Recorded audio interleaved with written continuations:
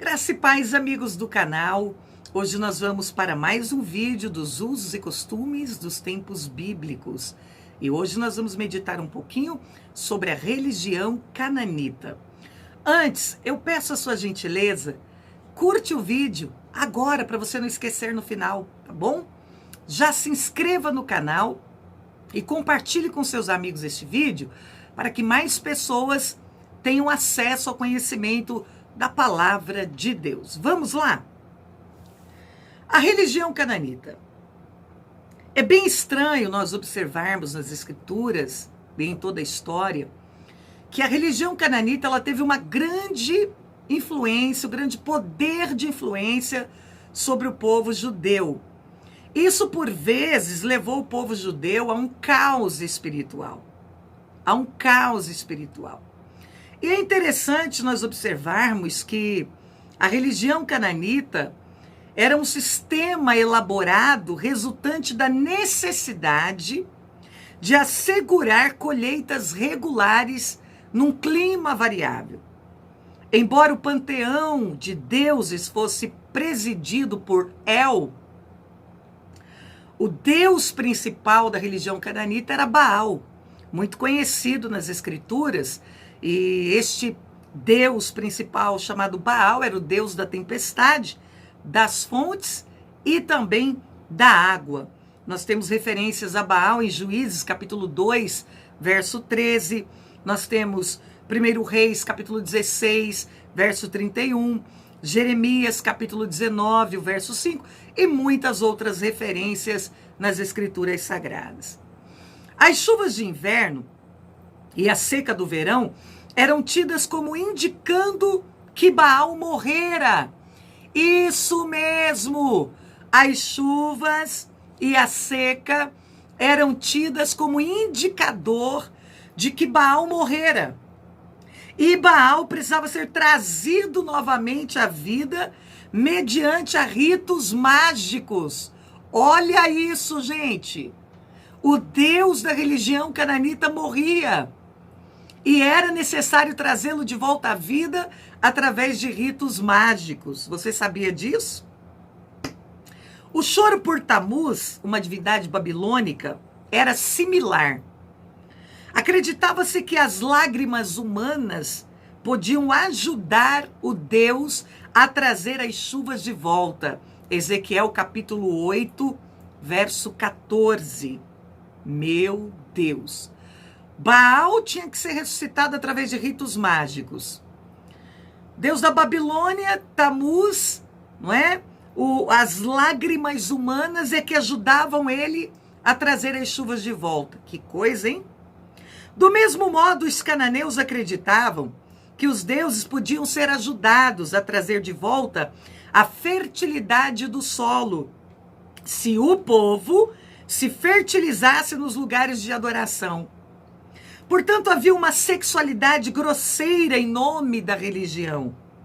Quando nós, que servimos ao Deus verdadeiro, ao Deus de Israel, ao Senhor Jesus Cristo, em 2 Crônicas, capítulo 7, versículo 14, a Bíblia diz que se o meu povo, que se chama pelo meu nome, se humilhar, orar, buscar a minha face, se arrepender de seus maus caminhos, eu ouvirei do céu, perdoarei os seus pecados e sararei a sua terra. Deus não precisa que ninguém se prostitua, que ninguém negocie o seu próprio corpo. Deus não precisa de rituais mágicos. O nosso Deus não morre, ele é eterno. Ele é ancião de dias, ele é pai da eternidade. Ele só deseja que nós nos entreguemos a ele em uma busca sincera, em um arrependimento sincero. Ele nos ouve, nos perdoa e sara a nossa terra. Muito diferente, não é? Dos deuses pagãos. Então, todo o santuário cananita tinha suas prostitutas, com esse propósito. Cada santuário era dominado por um poste ídolo de madeira ou azerá, que simbolizava o princípio sexual feminino em nome da deusa Azerá. E por uma pedra ereta, ou uma zeba, que simbolizava a sexualidade masculina. Os cananeus acreditavam que os deuses podiam ser persuadidos e até coagidos em um ritual mágico. Olha só, um Deus sendo coagido. Isso levou a religião cananita ao extremo do sacrifício de crianças. Você vai encontrar na Bíblia Sagrada referências a crianças sendo queimadas ao deus Moloque, por exemplo.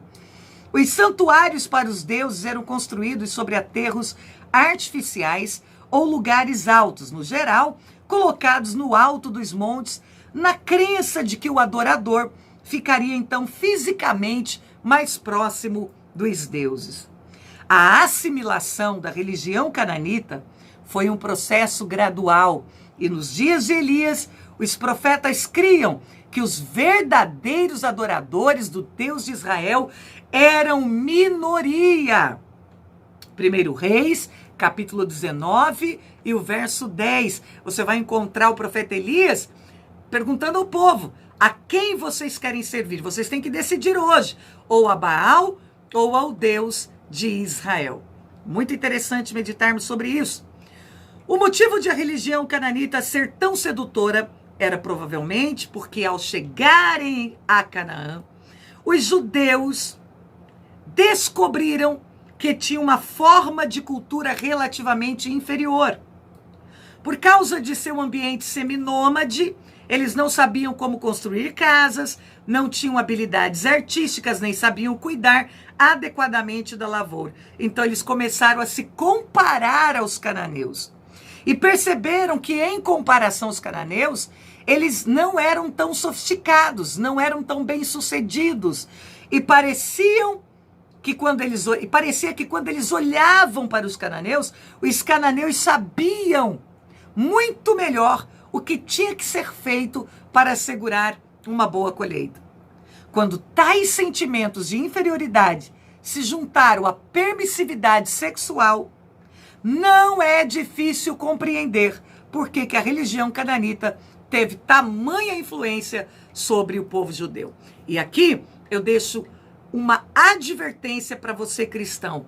Cuidado para não repetir a história, para não repetir a atitude do povo judeu, que se comparando com povos pagãos, começaram a admirá-los e então começaram a se curvar e a se render aos seus pecados, à sua idolatria, deixando assim de obedecer aos princípios e mandamentos do Senhor para com eles.